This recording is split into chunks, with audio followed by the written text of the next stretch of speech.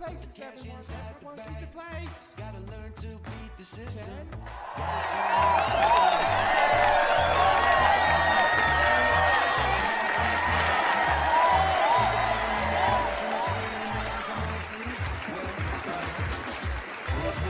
You know this world has gone insane. It is absolutely no secret.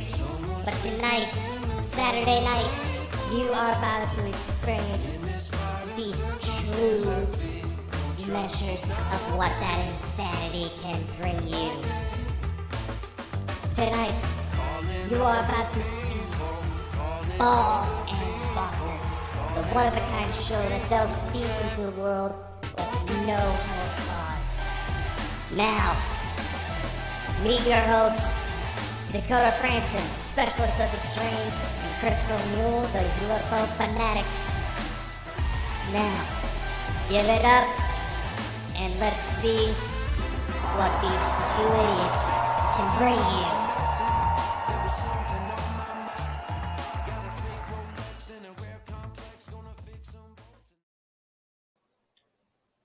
Well, ladies and gentlemen, welcome to another episode of Bald and Bonkers. We are very excited to have Craig Campobasso.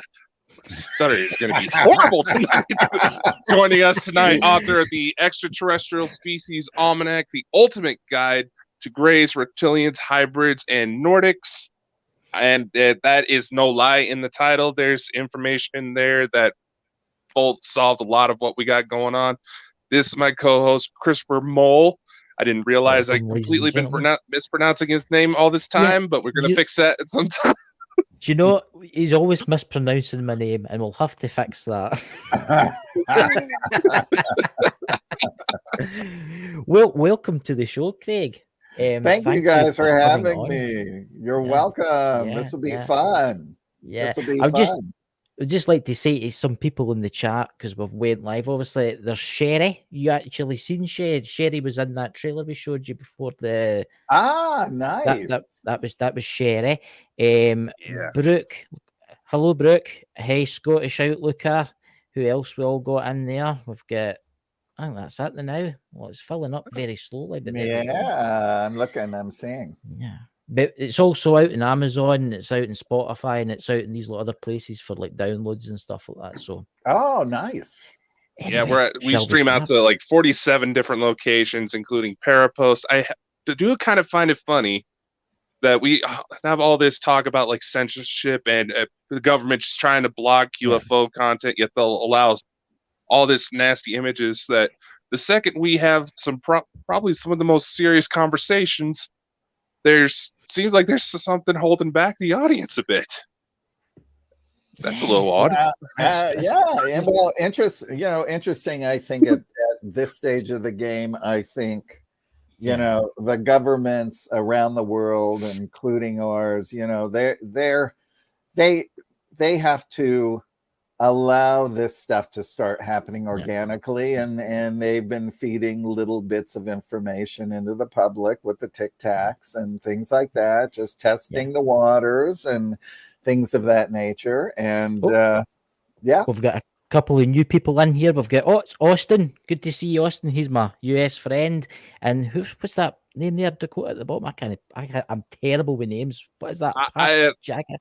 I can't pronounce that. I'm not sure. I'm Scottish. I'm not going to try it. So let's get into the conversation, Craig. Sure. Honestly, man, I have got to buy more of your books, man, because this has been absolutely fascinating. Why don't you tell us? We were talking about this before we came on. What was it that got you into the UFOs in the first place, man? Well, I was 26 years old, and I actually had a major spiritual awakening. And I went from sort of 0 to 100 in a manner of 2 years of really fighting my belief systems and all kinds of things like that. Prior to that, I had never thought about what was out there in the universe. I had never even heard of the term duality I had never even thought of our emotions are tools that are helping us to groom our own self into becoming a shining diamond because of how we present ourselves through our emotions and how we deal with our emotions. And that's the thing that gets us to the place of the heart. And when we get to the place of the heart, the ego vanishes. So the heart and mind become one. So all of these concepts and things and how to get there never crossed my mind. So during this 2 years, I mean, of this waking process, when I finished, at that time I had several, I call them universal master teachers. I was able to sit, close my eyes, and I call it a mind internet. And I could see somebody pop in who looks who, as I'm looking at you on the inside of my eyelids, they would either say something, or they would just look with this love, and everything that they were conveying was downloaded, right? I got lots of downloads at night. I went through lots and lots of experiences over the 2 years, and that continued. They were just grooming tools to keep evolving on a quicker timeline than a lot of other people, grooming me to get me ready to write a set of books, which is called The Autobiography of an Extraterrestrial Saga. So that's going to be 7 books in total. There are 4 books out now. And right now I'm writing 2 prequel books. And when I finish the prequel books, then I'll write the 7th book and finish out the series. So those books are about the Pleiades, Dakota. That's a lot about the Pleiadian people, because the lead character, his name is Tehran. He's 7'7". He has long blonde hair. And he actually is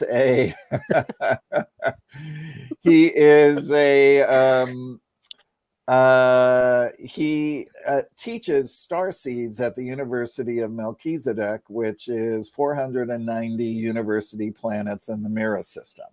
And so he teaches star seeds from all over this universe and other universes that want to come into Earth and help raise consciousness, right? So he takes them and teaches them and puts them through the process. And they learn not only how they're going to achieve this on the timelines, but they also learn what race they're going to be born into. Will they be male or female? Will they be gay or straight? What are all of their obstacles going to be? And so on. So, and then the books deal with the greater duality in the universe. So, but the most interesting thing about those books is Tehran was born dualistic. So in the fully conscious world, about every 200,000 beings born, one will be born dualistic, so that they have, the fully conscious people have a being to sort of bounce off of, because they're not in contact with a lot of dualistic people on a daily basis. And for that dualistic being who has some specific purpose, for them to have these fully conscious people to learn to become fully conscious. So we go on Tehran's journey throughout the books and learn how he becomes a fully conscious man. And then what happens at that point to his consciousness, and then how he proceeds through life. So the reader actually becomes the lead character of Tehran, whether you're male or female. And you learn how to do all these things yourself. So that's how I got into it. And then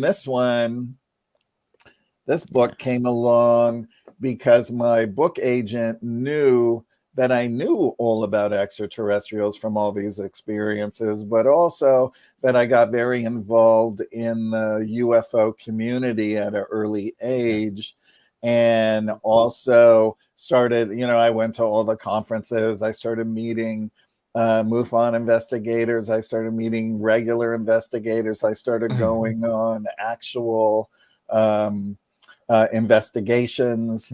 And so I started learning a lot from there. I myself even got caught an extraterrestrial on camera in one of the investigations that was interdimensional. So it was not there when I saw it, but I felt it and I heard it, which is different. And then the very next night in the same location, the abductee's son's girlfriend took pictures and caught another being that was more kind of like a serpent human, right? Really? Right. Yes, really interesting looking, whole different stance in the body and everything of that nature. So I had, my favorite cases were the early contactee cases where regular humans in the 50s and 60s were meeting beings from all over the galaxy who live on the interior of all the planets in our galaxy, right? And so they were coming with specific messages, right? And a lot of the same ones that came, like Adamski's, I forget the name of the guy that he met. Then there was George Van Tassel Salganda, and then there was Valiant Thor, 3 Venusian men, all coming with the same message, all coming with information on how you can eliminate sickness, disease, regenerate your cells to have a longer life and stop the aging process. That's why they all look like they're 30 years old, right? So. I'll need to get some of that. Can I ask you, Craig? But then I'll let my co-host ask you, because I know he's got a big list of questions like the Dead Sea Scrolls, you know. But can I ask you, what was your first experience meeting these beings like? Your first experience? Well, my first experience was when I was a boy, around 10 years old, and I saw an angel in my room. Right. And I thought that it was a spirit, and I thought it might have been one of my parents died or one of my sisters died. And I ran in, I remember holding my finger under all their noses to see if they were breathing. And I was so relieved that they were. And then around that same time, and this is around 10 years old, around that same time, I always, like you, Chris, I've always been able to see and sense spirit and other energies in the room from the time I can remember. So I would see these things moving around, but I don't know why I never mentioned it to my parents, right? I never mentioned that experience with the angel to my parents. And this next experience, I never mentioned to them either, which was I was basically sitting in the tub, and I was looking straight forward, and I looked at my reflection in the nozzle, and all of a sudden, my entire soul was pulled up out of my body. It went out into the middle of the universe. The universe opened up, and I felt all the love and everything that the universe really was in those few seconds. And I heard, who am I? What am I? Where did I come from? All of those things that we asked ourselves, all those questions were said out loud in that moment. I came back, got in my body, was catatonic for a little bit, and then that was the end of that. So the thing is when we have beings that are coming in from somewhere else that are here to help do the work, that these things have to happen at an early age, so that when they start to get have contact, visitation, dream states later on in life, they're not fearful of it because it's already ingrained in their body, right? So that's what it was for me. But my first experience with the beings was I couldn't believe how much love was emanating from them. I couldn't believe it. My body went into nirvana just it's like beholding them. Yeah, it's like they just want to look after you. That's what their goal is. That's That's right. That's right. I mean, it's incredible. Dakota. Yeah, he's sitting there now. Sorry, it's just a lot of what we've discussed so far, even before we went live. It's a lot of the same conclusions I'm coming to, and I'm just finding myself dumbfounded a bit right now. But look, not to make you feel old, but I am old. I'm older than both of you. I'm going to tell you that, but I'm not going to say how old.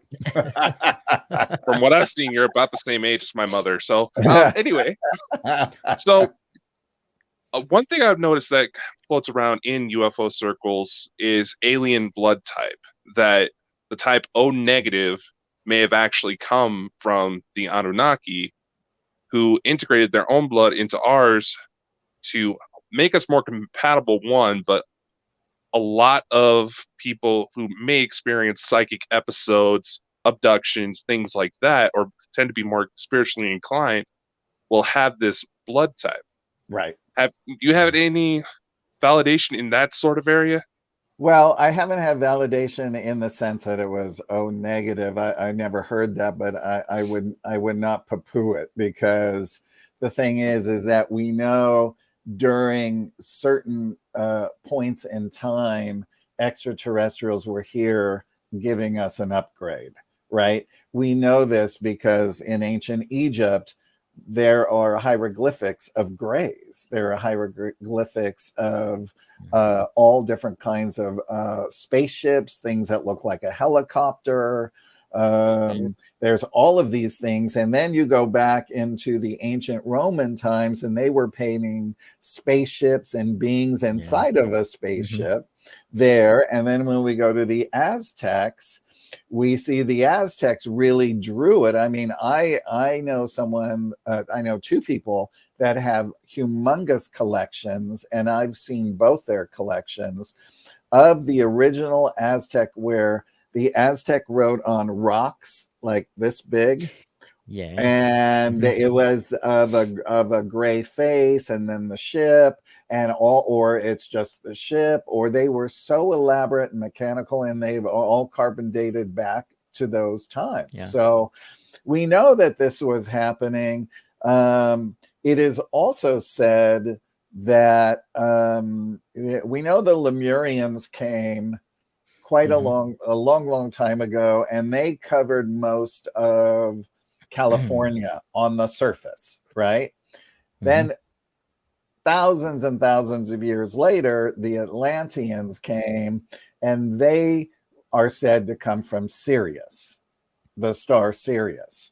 So, and the Syrians tend to be darker skin, darker brown, olive, dark hair. Some have red hair. Some are a little lighter as well, just like in Mexico, we have dark skin, and then we have a lot of people in Guadalajara look like they have Caucasian skin with blonde or brown hair and blue eyes. So, so it's fascinating that, you know, we can see all of these cultures that go there, and then when Atlantis, when they knew that Atlantis was going to be destroy itself or destruct. I mean, I don't really know what the story is. I mean, we know, okay, there was an asteroid, or they destroyed it. It could be a little of both, because they could have sent the asteroid to destroy it. So,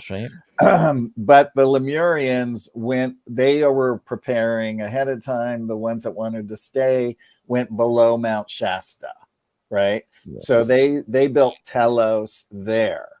Now, what's interesting is that in Telos, the Melchizedek high priest name is Adama, and the Melchizedek high priestess name is Terra Ra, right?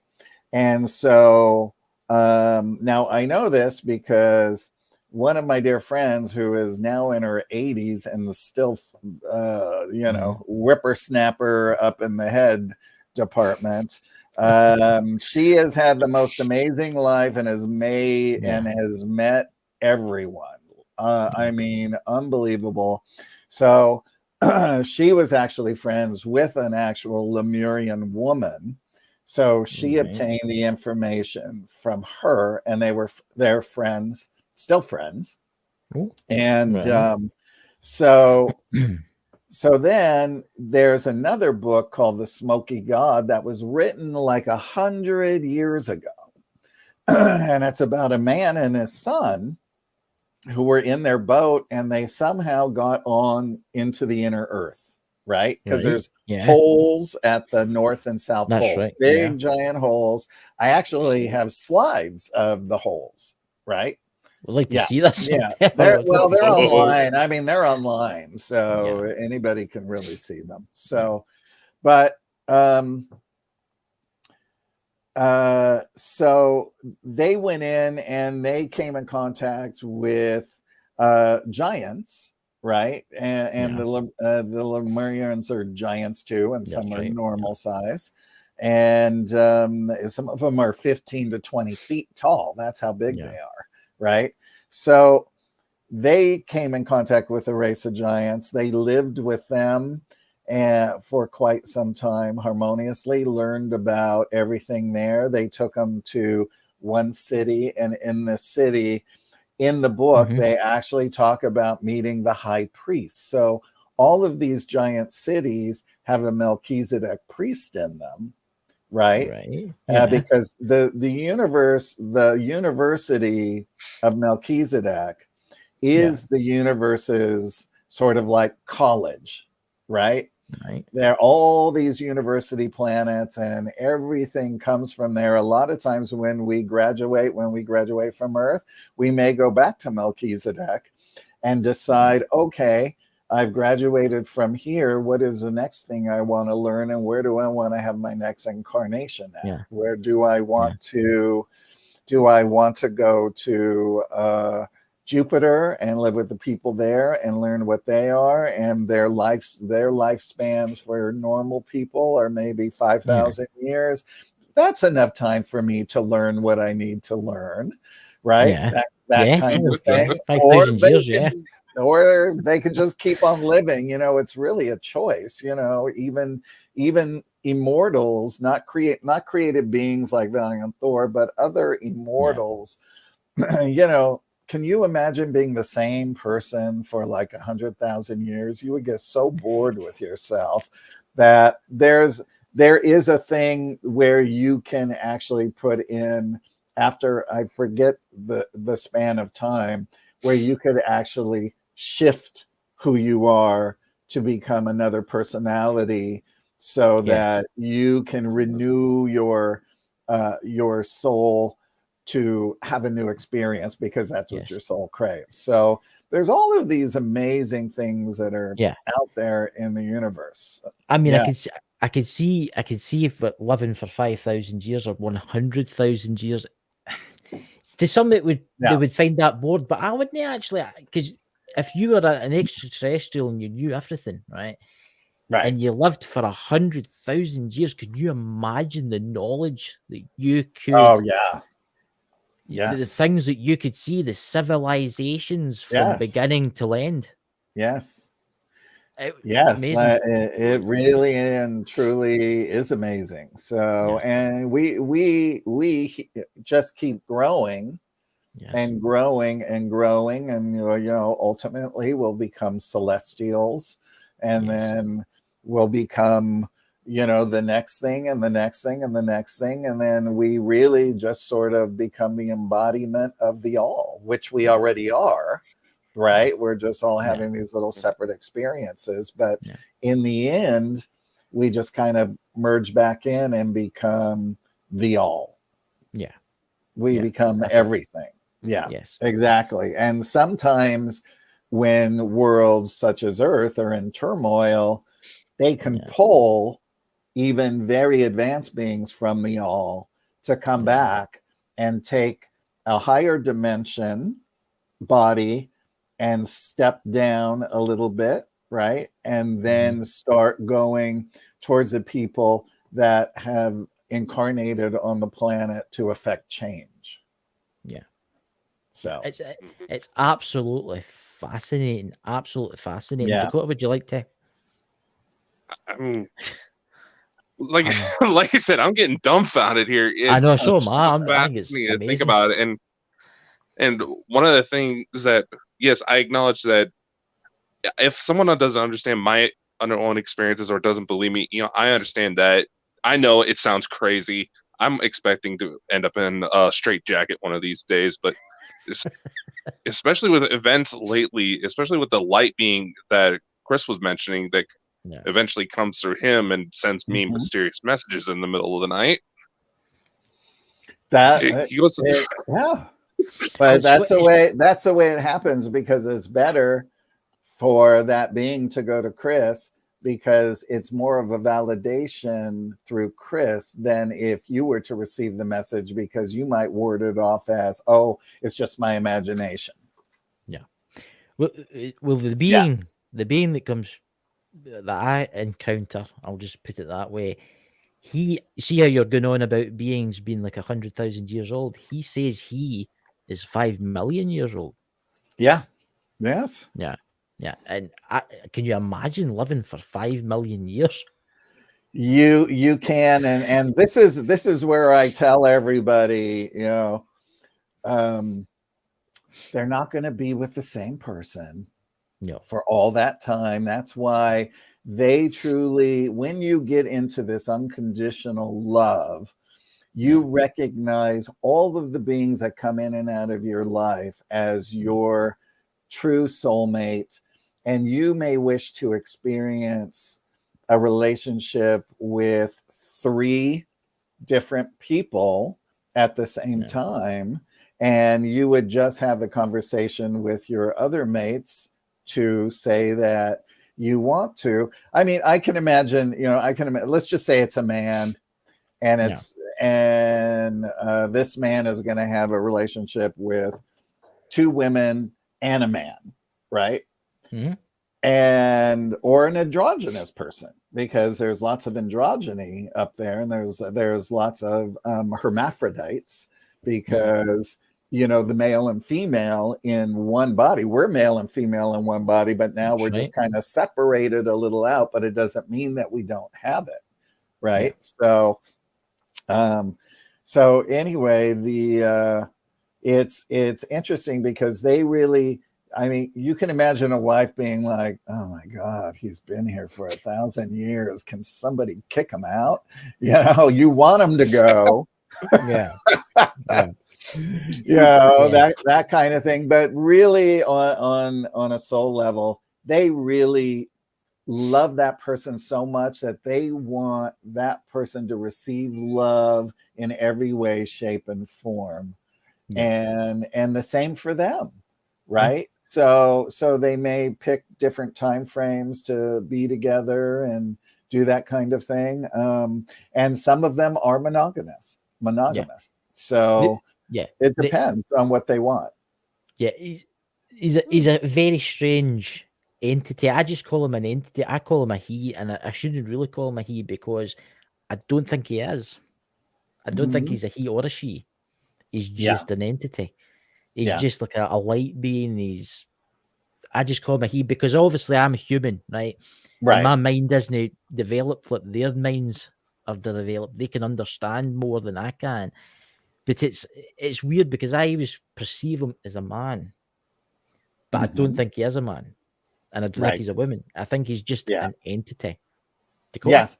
And you can call him that. You could call him the being or the entity, because he doesn't really have a pronoun, right? Or that kind of thing. Yeah. It's certainly interesting. But when it comes to this light being, kind of a debate we end up always having is the existence of time itself. Because this being is, we'll take this being as an example. He's saying he's about 5 million years old.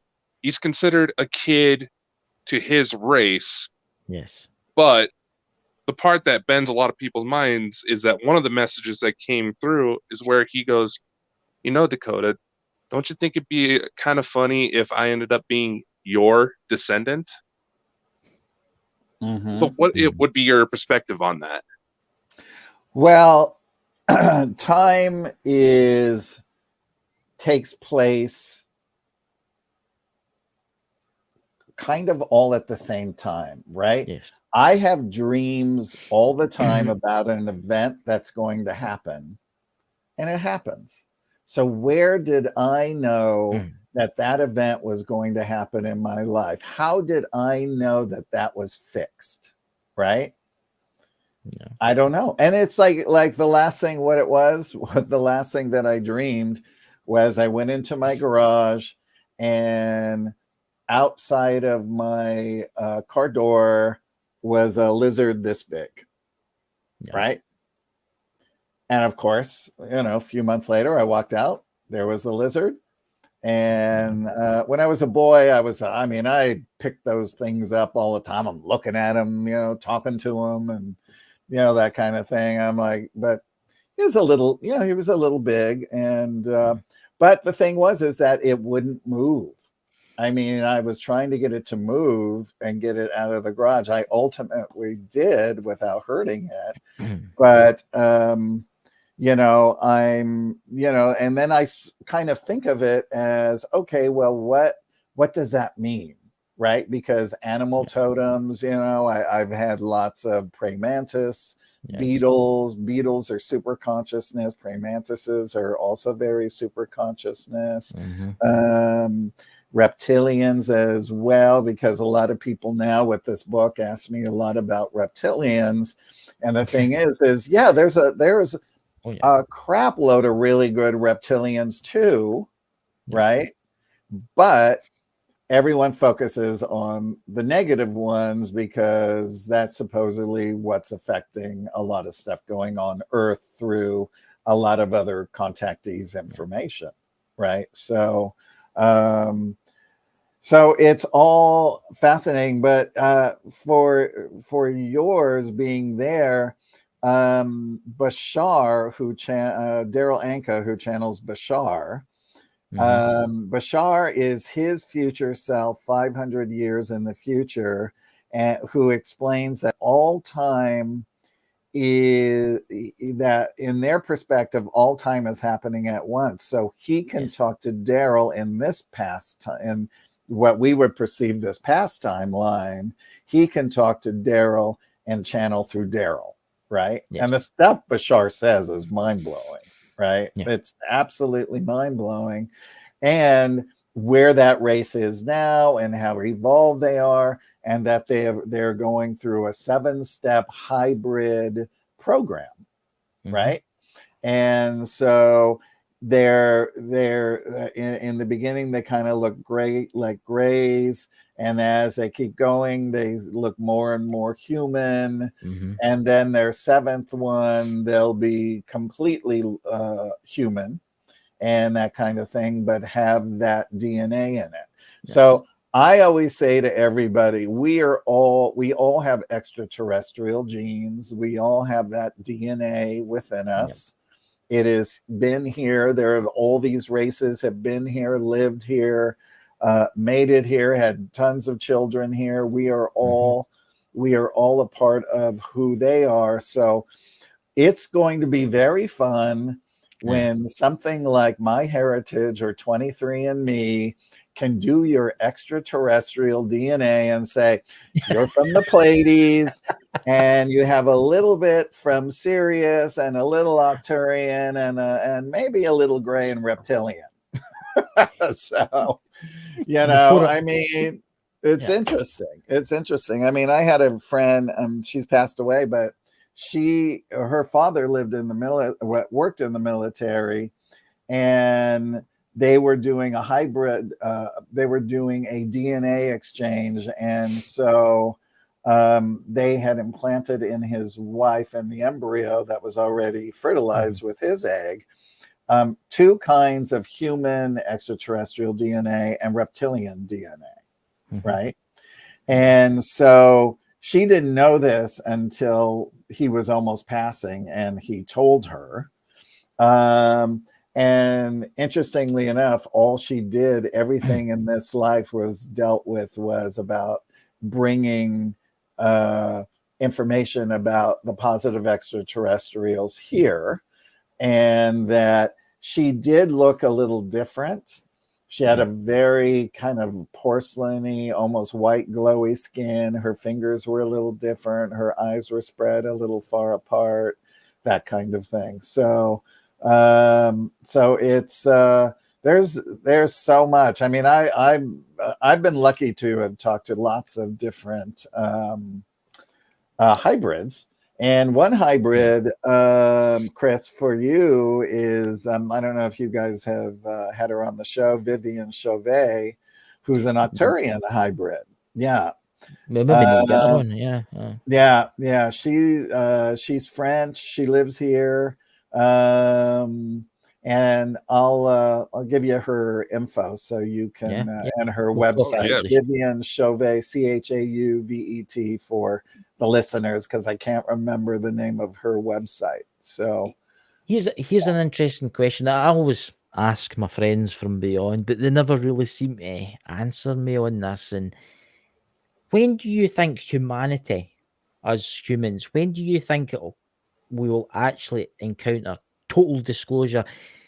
We will start, you know what I'm trying to say, is they will come down and war will end. What's your opinion on that?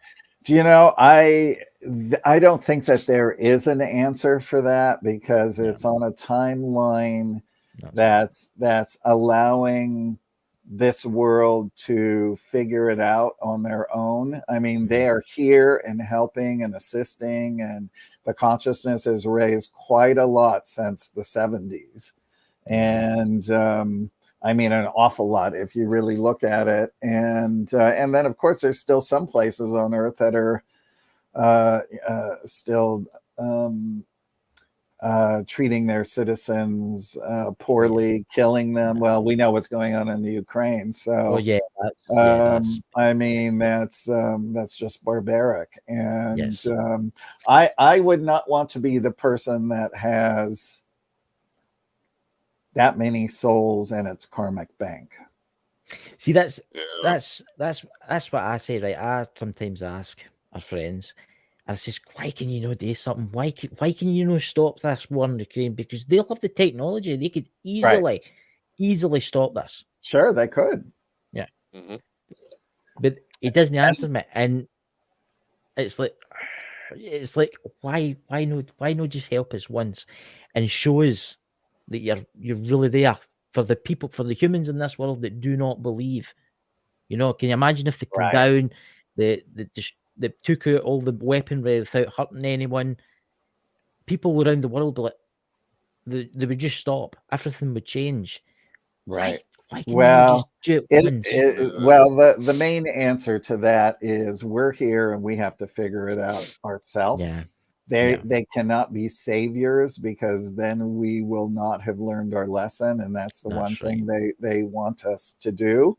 And that is why there are so many star seeds and things that are incarnated on the planet. There's lots of real live human extraterrestrials walking on the planet to help raise the consciousness. There's lots of hybrids on the planet that came from up there that are now living down here.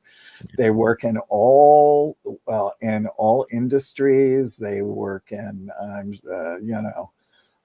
everywhere, in high positions, everywhere where they can help and help to raise consciousness. So so this is what's allowed to get the planet up on its feet, so that once it shifts over and changes over, that those things can then happen, and then the change is imminent, that the world will tip over in that direction, and then everything will happen from that standpoint. It will no longer be just ruled. It will be governed by angels and Yes. that kind of thing. So, you know, like Valiant Thor is an angel in human form, right? Yes. So, so those types of beings will be here, and they are governing it from the other side and this and that. And what we don't know is how much that they might have helped shift things where things didn't happen that were going to be detrimental. So they've always explained to me that I know I'm a pest and I must annoy them something rotten, and I'm always asking them, why can you do this and why can you do that? But they did tell me they will stand in if we use nuclear weapons. that's right, they will. They absolutely will. They I know Valiant Thor has said that. The what I call the Galactarian Alignment of Space Peoples and Planets. Lots of other people call it the Federation because of Star Trek, but that's right.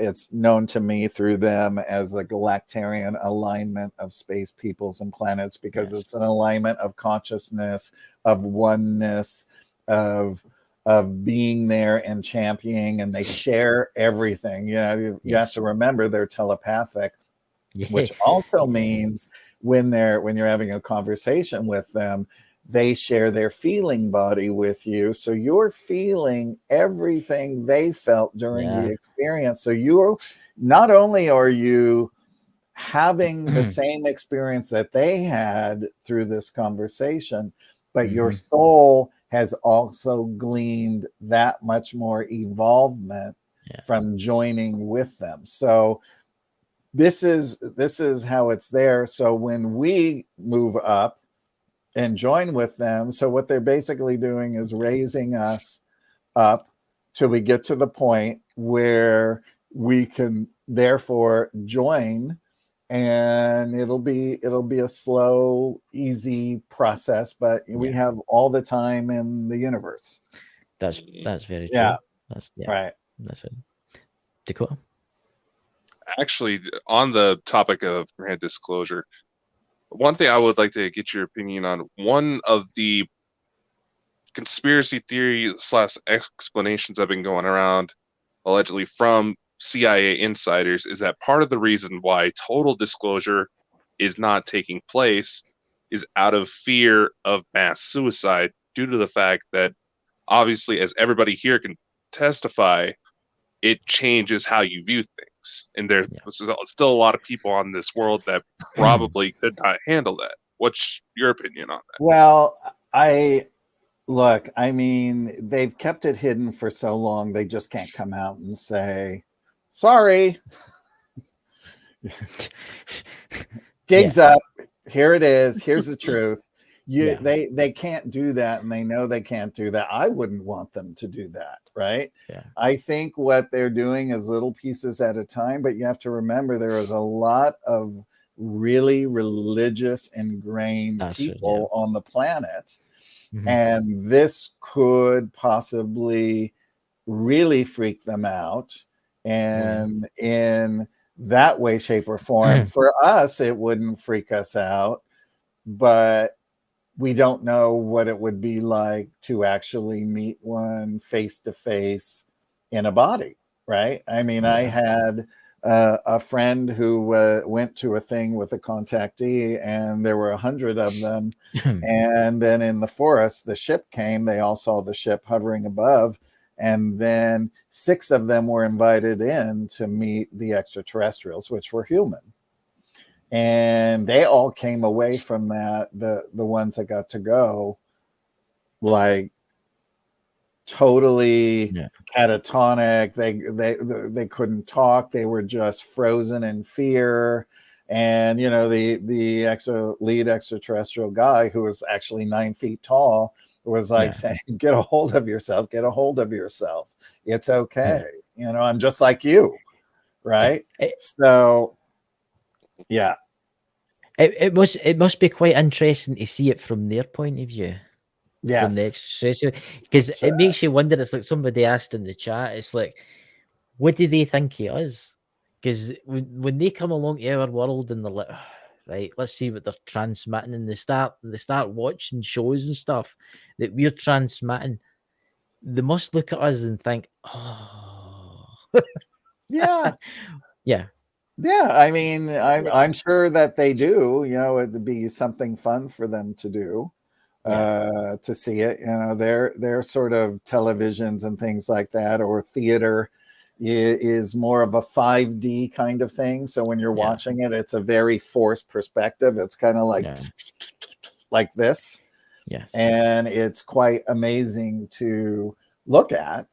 And so, and plus it gives you, it sort of involves, what those characters are feeling. They can add in emotion. So it's a different experience for them than it is for us. We could feel the emotions emoting from the actor, but they could really feel it emoting from the soul. So it's a different kind of thing. But I would just venture to say the way it's going to happen is just the way it's going to happen, and it'll be the best for everybody. Yeah. Eventually. I don't think I'll see it in my lifetime. I think it'll be another couple of 100 years from now. But I think when it does happen, I think it'll be one of the most beautiful things ever to happen on the earth. Yeah. Definitely. Yeah. Dakota? Wow. Just lost my train of thought there. My God. That's okay. I'm in awe today. I'm sitting here in awe, guys, and I'm like, this is amazing. This is one of the best shows I've ever done. Oh, thank you. Why don't you? I got a question you could ask me. Right, when you go, fire away. All right. Ask me about finding my biological father. What? Can you please tell us? Oh, yeah, you did send us that. Father? I did, yeah. So. Yes. Short story is, when I was 12, my mother told me that my father was my stepfather and that I had a biological father. They weren't together very long. Something happened where they just didn't see each other anymore. She was pregnant with me. He knew about that. And all she basically knew was his name and just a few little tiny details, right? And that he was in the military. So I tried to find him on the internet. When the internet came up, I couldn't find him. I tried to do military, nothing would come up. And so anyway, when I was writing the Extraterrestrial Species Almanac, I got a call from a genealogist in Canada, and she said, I'm either your fourth or your fifth cousin on your mother's father's side, and I'm looking for some info, which I gave her. And I said, hey, could you find my biological father for me? She goes, yeah, I can find anybody. And anyway, I already had done my DNA through one of those sites, and so she was able to connect it and find him. And she said, unfortunately, he passed away in 2006, but this is where he's buried. And that was near Warner Brothers in Burbank, right? So Forest Lawn. So I went to Forest Lawn the next morning, went up to the front desk. I said, my father is buried here. Can you tell me the name of anybody who called for you guys to go pick him up and bring him here? And she goes, well, let me look. And she goes, yeah, I do have a name. And it was a guy's name with a different last name. And she goes, I don't have any other information. I said, that's fine. Yeah. Came home, looked the guy up. He lived around the corner from me, 74 years old at the time. And I wrote him a letter, put my picture in, and said, if you know his family, please pass this along and have them contact me. So 2 days later, I get a phone call from this guy's son who says, my dad got your letter. And I said, oh, is your dad friends with Fred? And he goes, no, it's actually his half brother. And I went, oh, wow. So you're my cousin. And he goes, yeah, I guess I am. He goes, it's really weird that you would get something like this and ignore it, but you're a dead ringer for him. Like, you look just like him, right? Yeah. And so anyway, I met him and my uncle for a long dinner. and they were just telling me everything about him. And basically, he went into the Air Guard before he was 18. When he was 18, he went into the Air Force. And then my uncle, just as an afterthought, said, oh, yeah, and by the way, he was in that Project Blue Book. Oh, right. Yeah. How weird is that? Now, Project Blue Book is, it's the, so it was an Air Force study on UFOs that started in 52, was decommissioned in January of 70, and it investigated about 11,000 sightings. And its main study was to determine if UFOs were a threat to national security and to scientifically analyze UFO-related data. And now here I am writing MUFON books, a Mutual UFO Network, which is a US-based nonprofit comprised of civilian volunteers who study reported UFO sightings, right? Right. So, I'm thinking to myself, wow, this is absolutely, I mean, it was mind-blowing. My jaw dropped. Yeah. And so I've remained very close with them. But what he then started to tell me was, so when he left the Air Force and he came back here, he ultimately became the head of construction at Warner Brothers and built sets for their movies and TV shows. And I'm like, I've been in the film industry since I was 15 and casting movies for well over 30 years. And I was timing some of his projects. I was like at Universal when he was at Warner Brothers. And they're basically, their backs are bumped up to each other, right? And it's amazing because it's like we were talking about DNA earlier. It's in the DNA. Yeah. It's in there, right? It's fascinating. Because you're into UFOs and the extraterrestrials and stuff. Plus, you done movies for people in the chat, guys. Craig done movies, guys, like June and other really good movies. But your father was doing the exact same thing. That is just crazy. But how is? And you never met him. Never met him. Yeah, I love my uncle and aunt, and he has 3 sons, and they're all fantastic. 2 of the sons are really into UFOs, and they said, we used to grill them to see if we could get information out of him, and they said he wouldn't budge at all. And my uncle said he was always very secretive, and I said, well, obviously, because he never told you about me. Right. So that kind of thing. And my uncle was just very angry with him because he said, God, look at all that wasted time. He could have had time with you. I could have had more time with you. And, that kind of thing. But I'm just grateful to now know who he was. He was a very good guy, and helped to bring up his wife, who we married, I think, in 62. She had 3 kids already. So I have a stepbrother and 2 stepsisters who flew out to meet me, and they were just awesome. And they were into UFOs. They were like, tell us all about them, so that was kind of cool. I'm so looking forward to getting your book. I'm just so looking forward to reading it now. I'm just so excited. I'm going to have to hop on Amazon after we get done here. I mean, a question for you, talking about Project Blue Book. Yeah. What would you say was one of your best UFO sightings you've ever experienced in your life? From Project Blue Book or no, from your life looking for UFOs. What's your experiences, the best experience, the best sighting you've ever seen?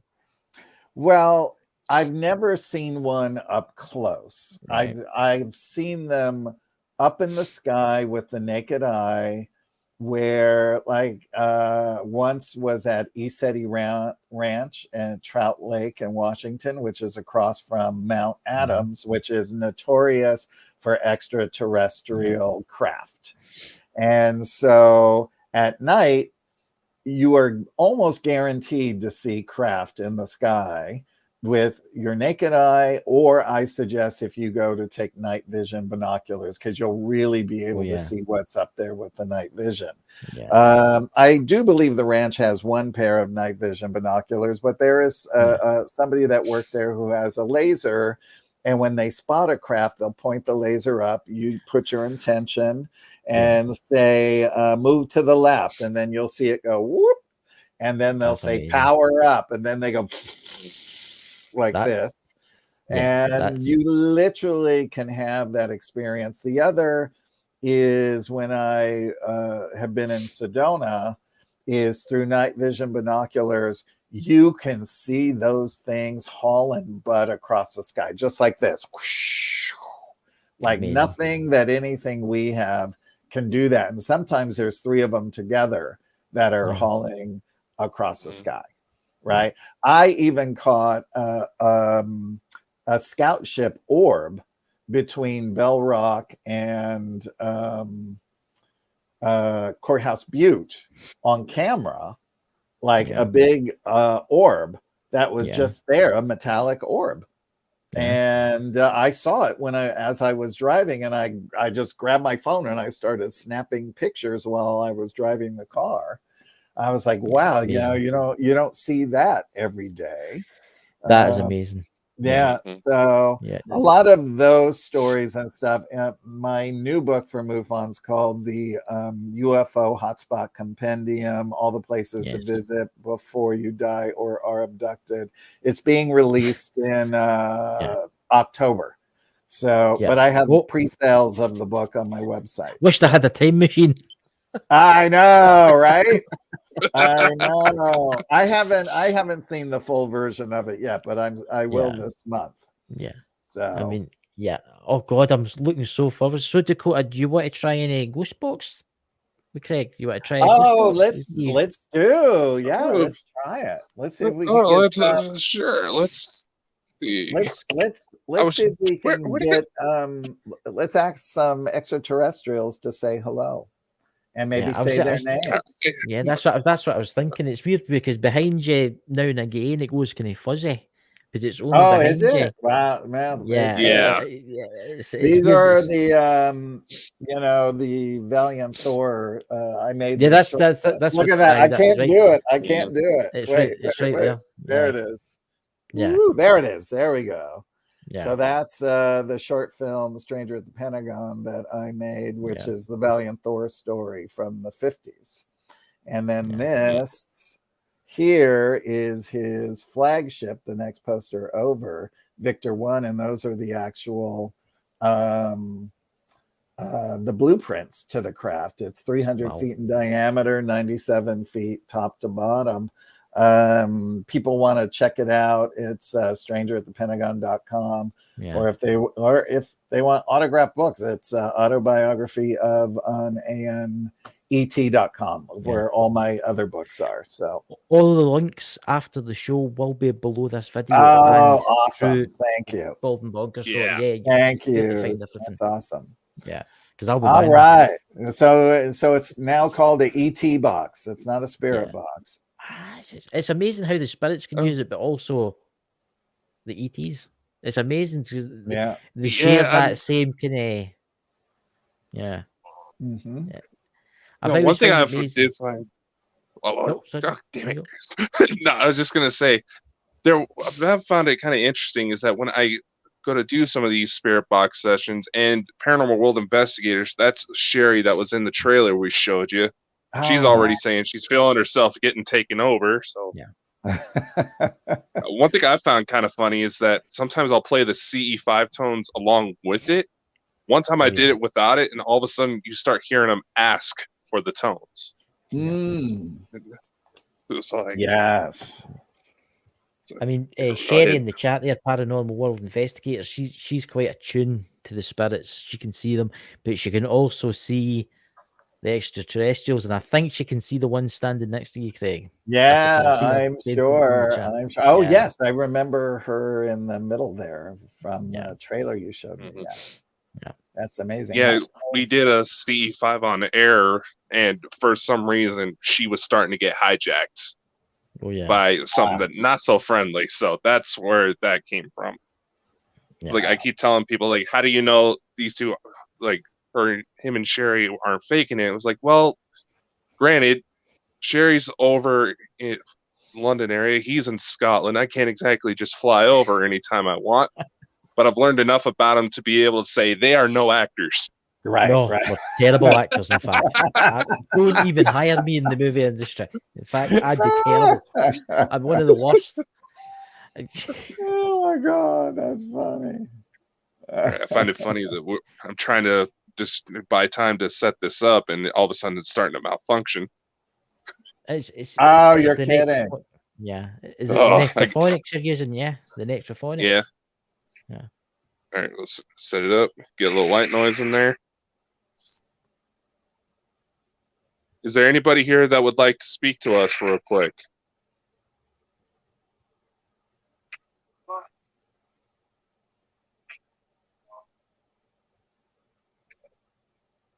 Can you turn the volume up a wee bit, Dakota? It's all the way up. Mm. Hold on, let me see if I can adjust the mic settings in here. There we go. Is there any positive extraterrestrials that want to speak with us? Yes. Yep. You hear them? Did they say yep? Yeah. Yeah.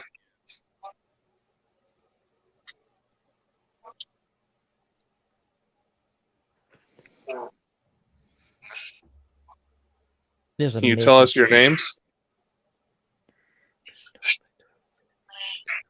Pleiades. Yeah, it's Pleiades.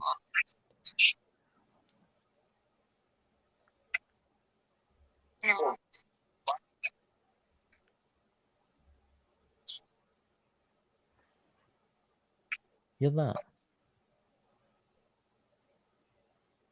I hear Pleiades there. You've got a lot of energy round about you, Craig. Mm-hmm. Yeah, I can feel it. I'm getting the where the top of your head just starts expanding because of their higher Feels like consciousness. It feels like it's for Yeah. me. It feels like it's my head feels like it's in a vice. Right. It feels like it feels weird. This is when I'm in space. Yeah. Oh, I think look, I'm just Sherry saying very tall, 12 foot, seems to be in white. And then a suit, but I see it being in black suit. I think I just heard him ask for the tones. So we're going to oblige. Okay. Yeah. One thing I've noticed when I start to play these is that I feel like these tingles in my brain that go to the rhythm of the tones. I always thought that was a little weird. Mm-hmm. It's getting your brain waves in sync to receive the messages.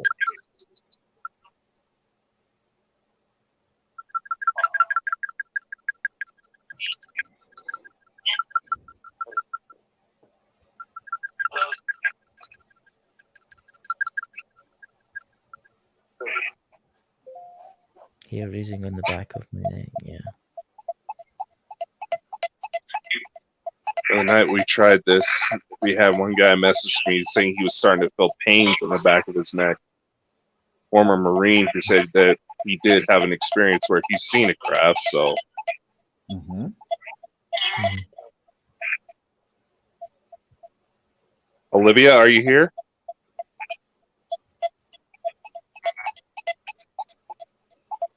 Somebody else here. A man.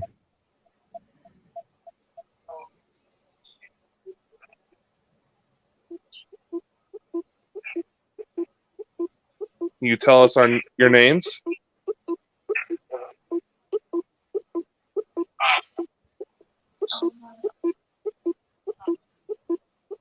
What was that there? That was like light language. Did you hear that, Craig? Mm-hmm.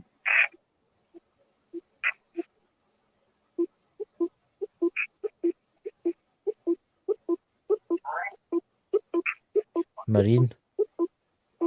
Murray. Oh, that's my mom. That's my mom.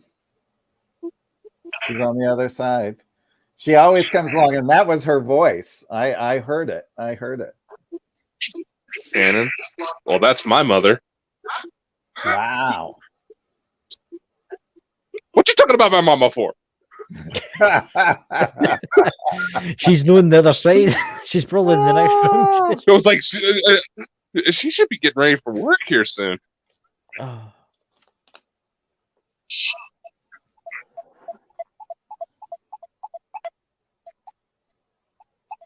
Yeah, we can hear you.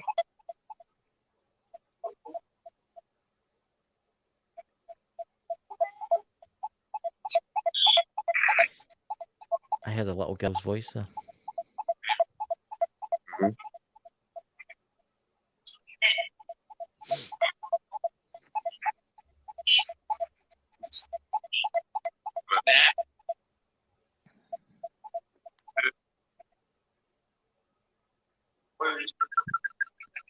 Varlak. I heard Varlak there. Name Varlak.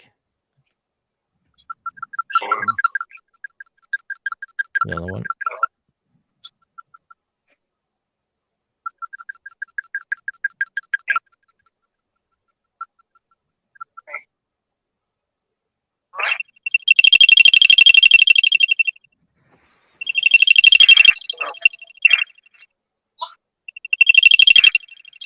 Michael, are you here too?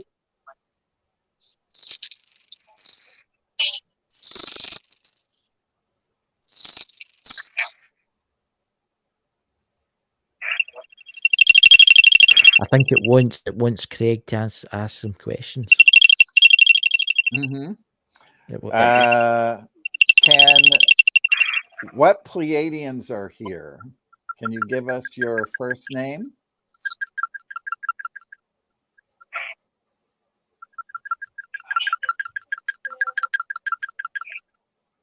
Wow. On the moon. Mm. Oh, That's been a recurring theme. yeah.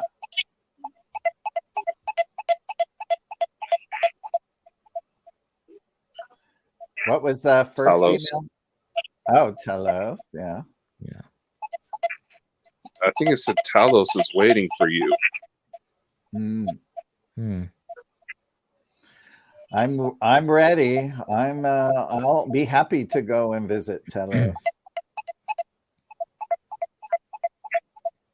That's been some of the messages that we've been getting through our contacts, that we figure out the secret knock, the door will open for us. Mhm. Right. I wouldn't So to mind speak. going up there. Huh?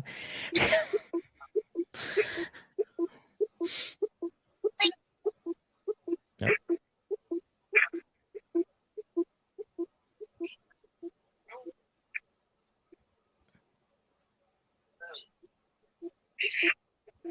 Who's that?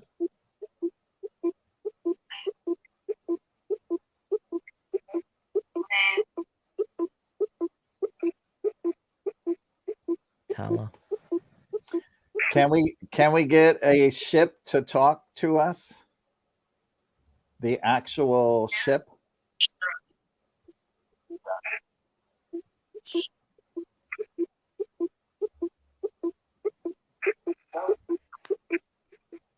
Tala again. Tell us again. Yeah. So they're listening in. Telos is listening in.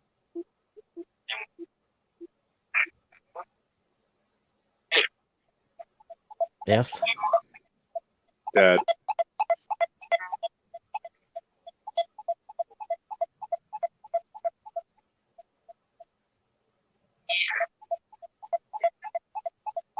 Will I get to see you tonight?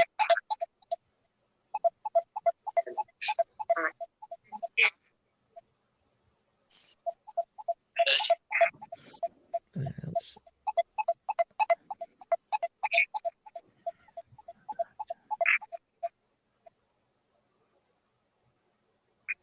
Can you play the crop circle one, Dakota? That is the crop circle one. Right. You wanting Mount Shasta?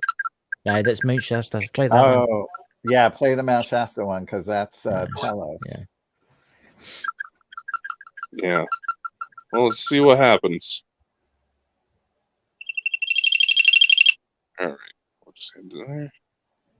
There. Oh, another thing that probably should mention, they're actually sending us images that I've been able to create similar tones with those that have the same brain effects. Oh, yeah. Great. That's been interesting. I want to see that.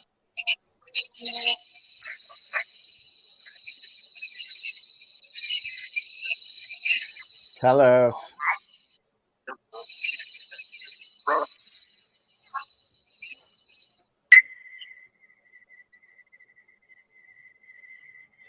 We're listening.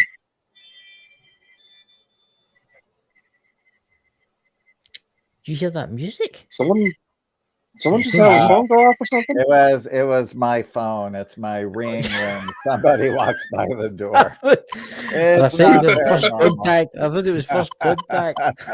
It was like, holy crap, they're answering.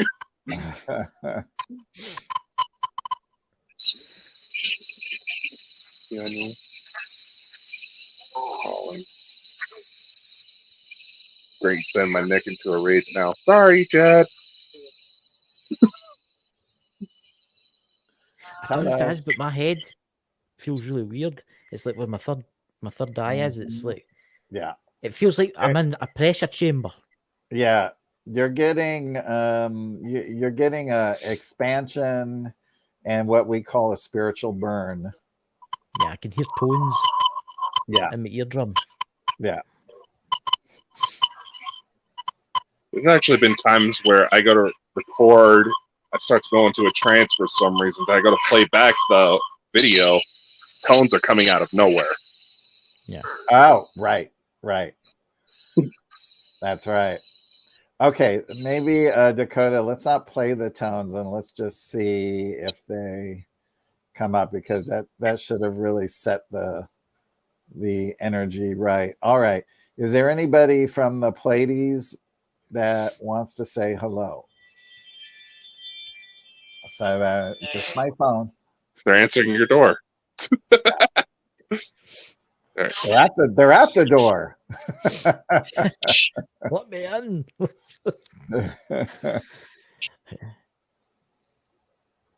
All right.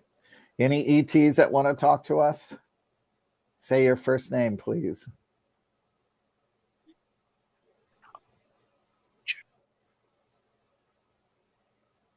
What was that? Say it louder. Louder.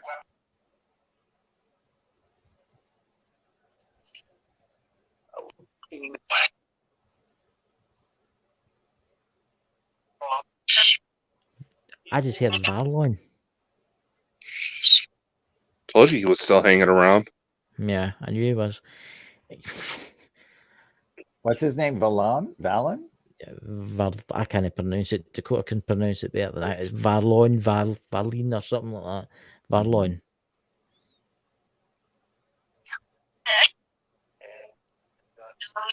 I think that was them just trying to correct you. What'd they say?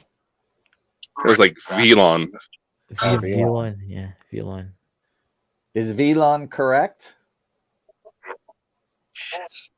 Yes. Yes. Thank you. Oh, it's about time we got it right, huh? There we go. Sorry for the mispronouncing your name. Is Velon a man or a woman?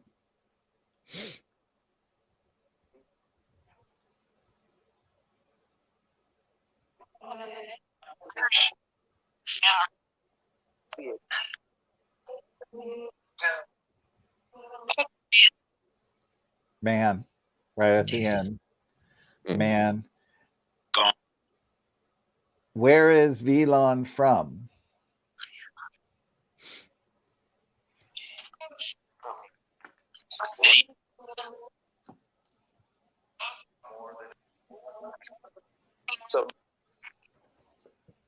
They're getting real chatty now. Yeah. Where is Velon from, please?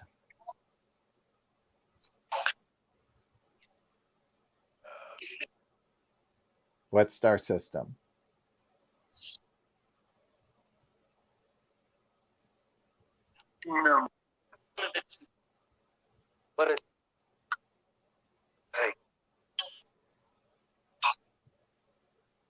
I'm getting. What's that place? With the cube.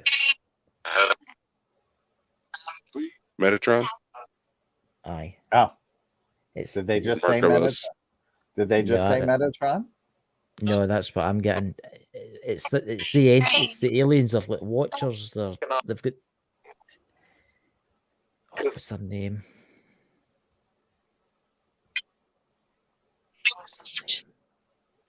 Moving into position.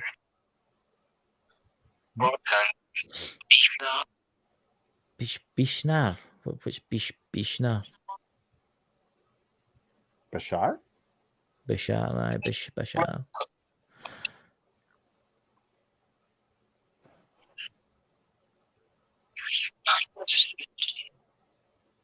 Do you hear him? Communicate.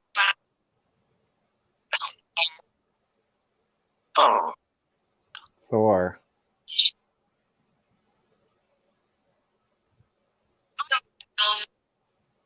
Nice to see you again, Val. Mhm.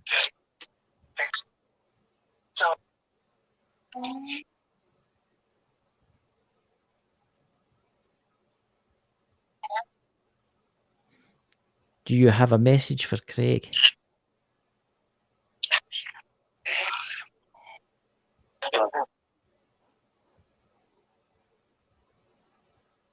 Well, that's concerning. I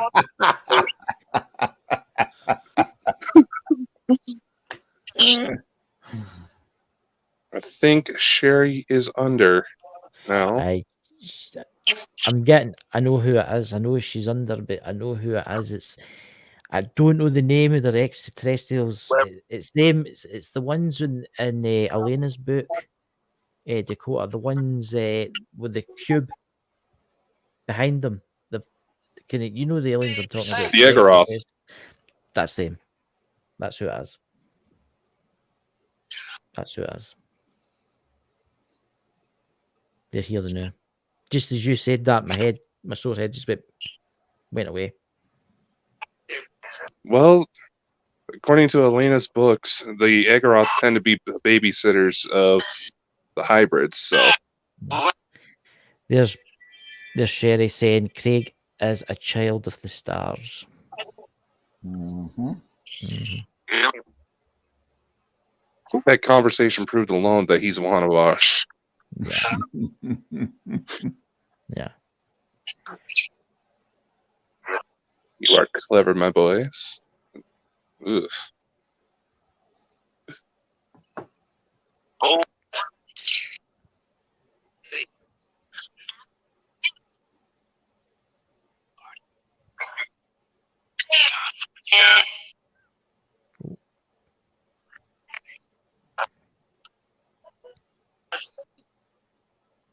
I just go out there and I don't know what it means. You're reaching a moment in history. I don't know what that means.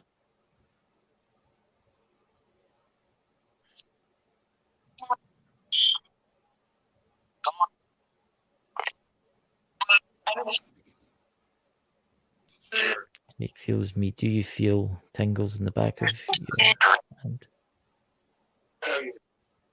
Always.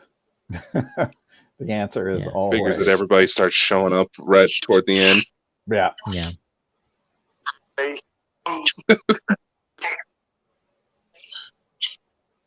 Velon again. Velon, where are you from? What star system?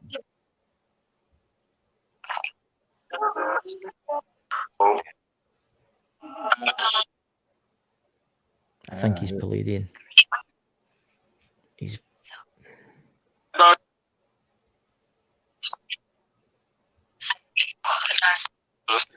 Phelan, come through extremely clear and say where you're from.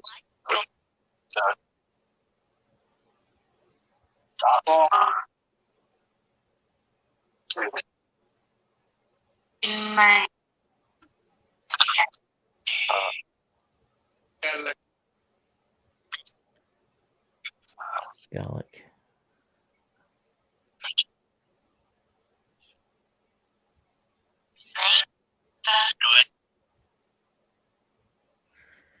Damn, there's a bunch of them.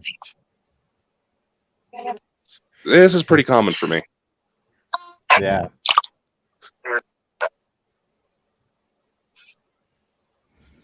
There's Sherry's put star 8 Misliash.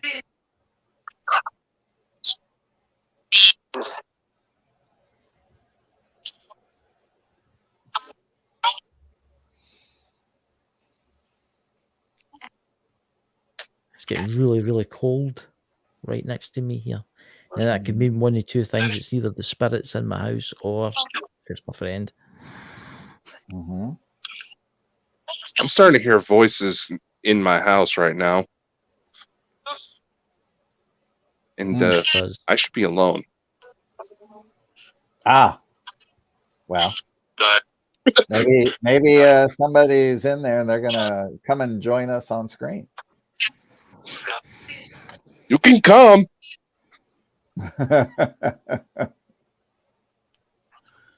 Here's Mike, the naked Bigfoot. He's quite a spiritual person. Getting some crazy feedback, spiritual speaking.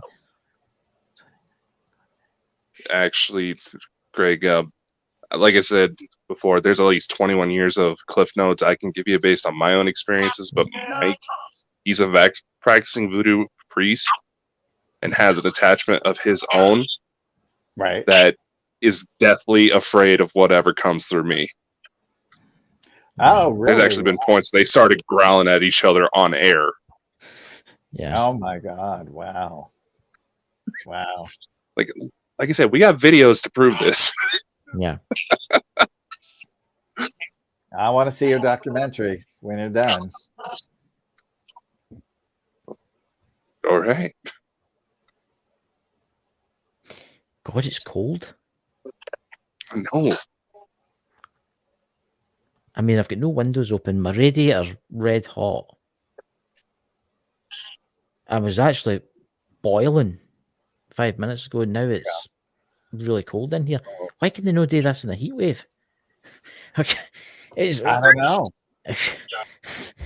It's.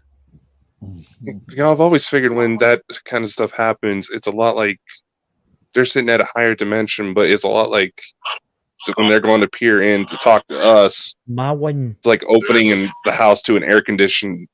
Yeah. When it's hot outside and there's a house full of air conditioning, you just get that burst of air.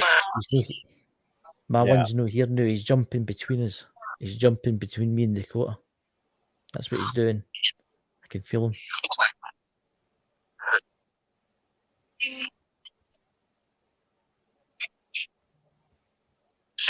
Yeah. Thunder. I'm hearing a lot So of we're the gonna have light Garth language. Brooks song tonight. You know the light language. I hear a lot. Did you see that? It agreed with me. It went, yep. I can't speak light language. Well, I can, but I don't know what I'm saying. Yeah. Drew's paranormal blog. She's just seeing things move around her. Let's just say there's a couple people in the audience right now. I know they're a little cautious because one of the first times they ever seen this happen with me involved, people started coughing up blood. Somebody just walked over my grave. That kind of weird feeling, you know. Wow. Yeah. Here's a question for whoever's listening to this: are you keeping an eye on the situation now in the world? I think.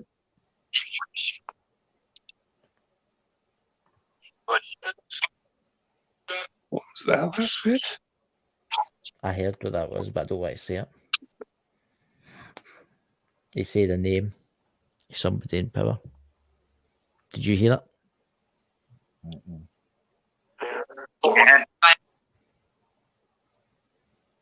Is there something Drew needs to know?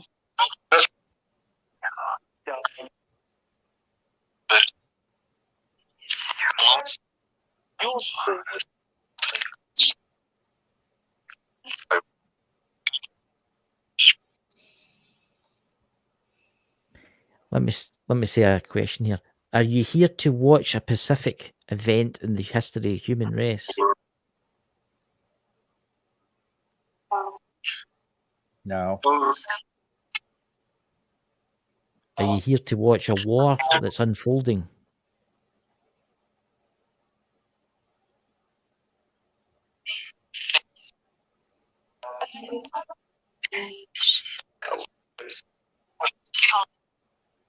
Keyhole?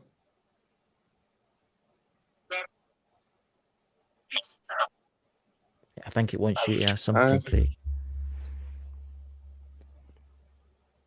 I know, that's what it said in the chat. I'm not going to say it out, but that's what it said to me.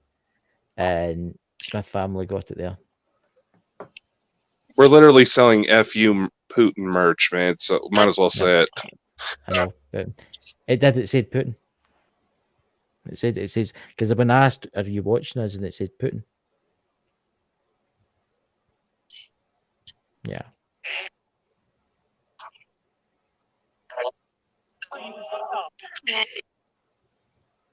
Help. We need help. Can you ask them a question, Craig?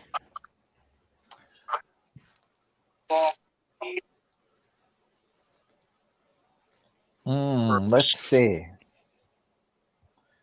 It's Craig. Can anybody want to say hello?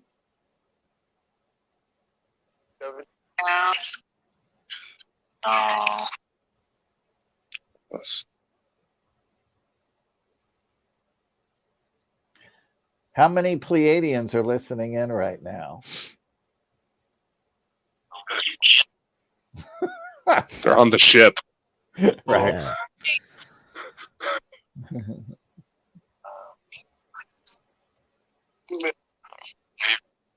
Did that just say demon? I didn't hear it. No. I wish I could patch this through to where it comes through clear for you guys. Gash? Or gas. Or I No, gash. one of them's got gas. You were told not to go near McDonald's.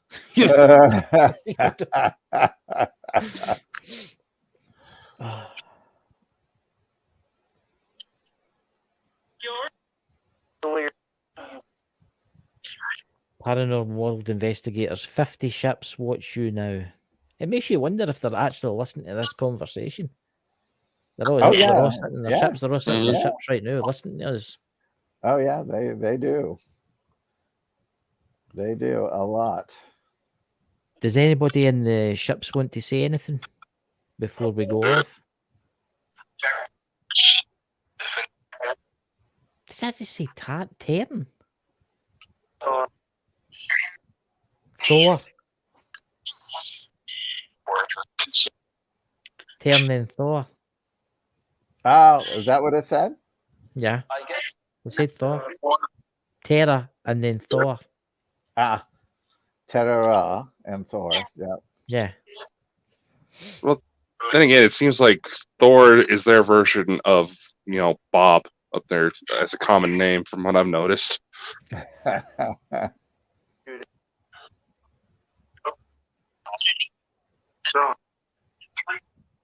Eternity? What was that the With question? you.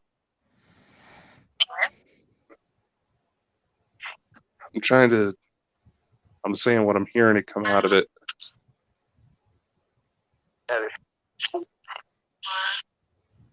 Thor again. Thor is with you? Thor, do you have a message for Craig?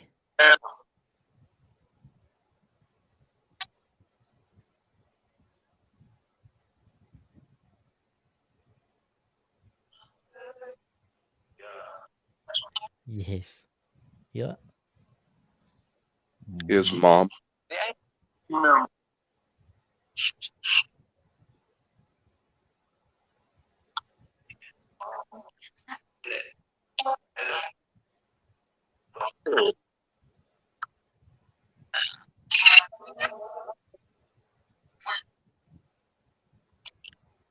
Daddy.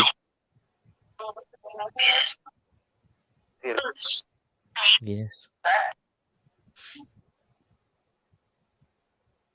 Can only one of you speak at once? Okay.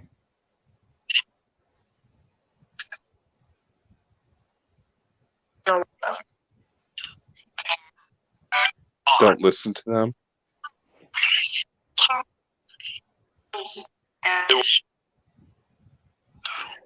Who is the female who's talking? Can you tell us your name?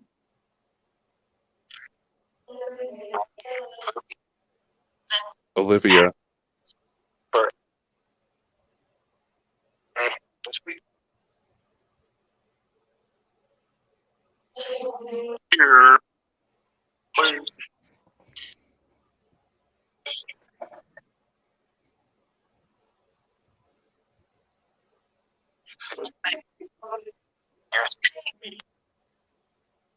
That is the heiress. Alice. Hmm. Hmm.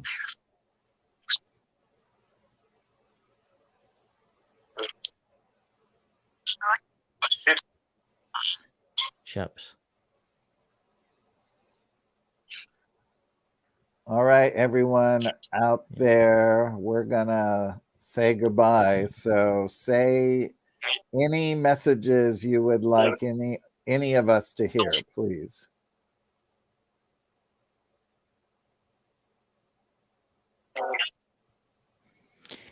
Paranormal World Investigator, we are calling you phone.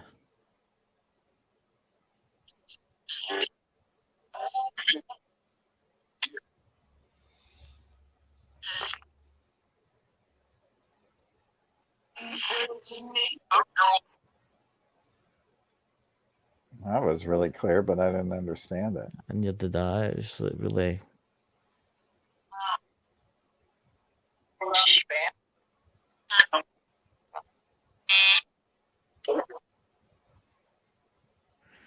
Paranormal World Investigator, watch for us and think wisely. Easily. Is someone about to make a move?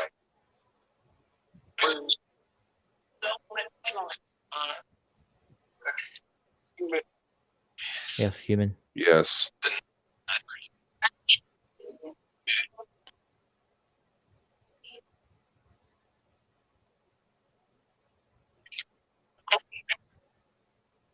Do you want to break it off now? Yeah, let's break off. Thank you all. Yeah, thank you. Thank you. For all you extraterrestrials out there in the galaxy. Thank you for listening. Take care. You want it. Yeah. See, they're looking after their Pleiadians and Arcturians. Yeah.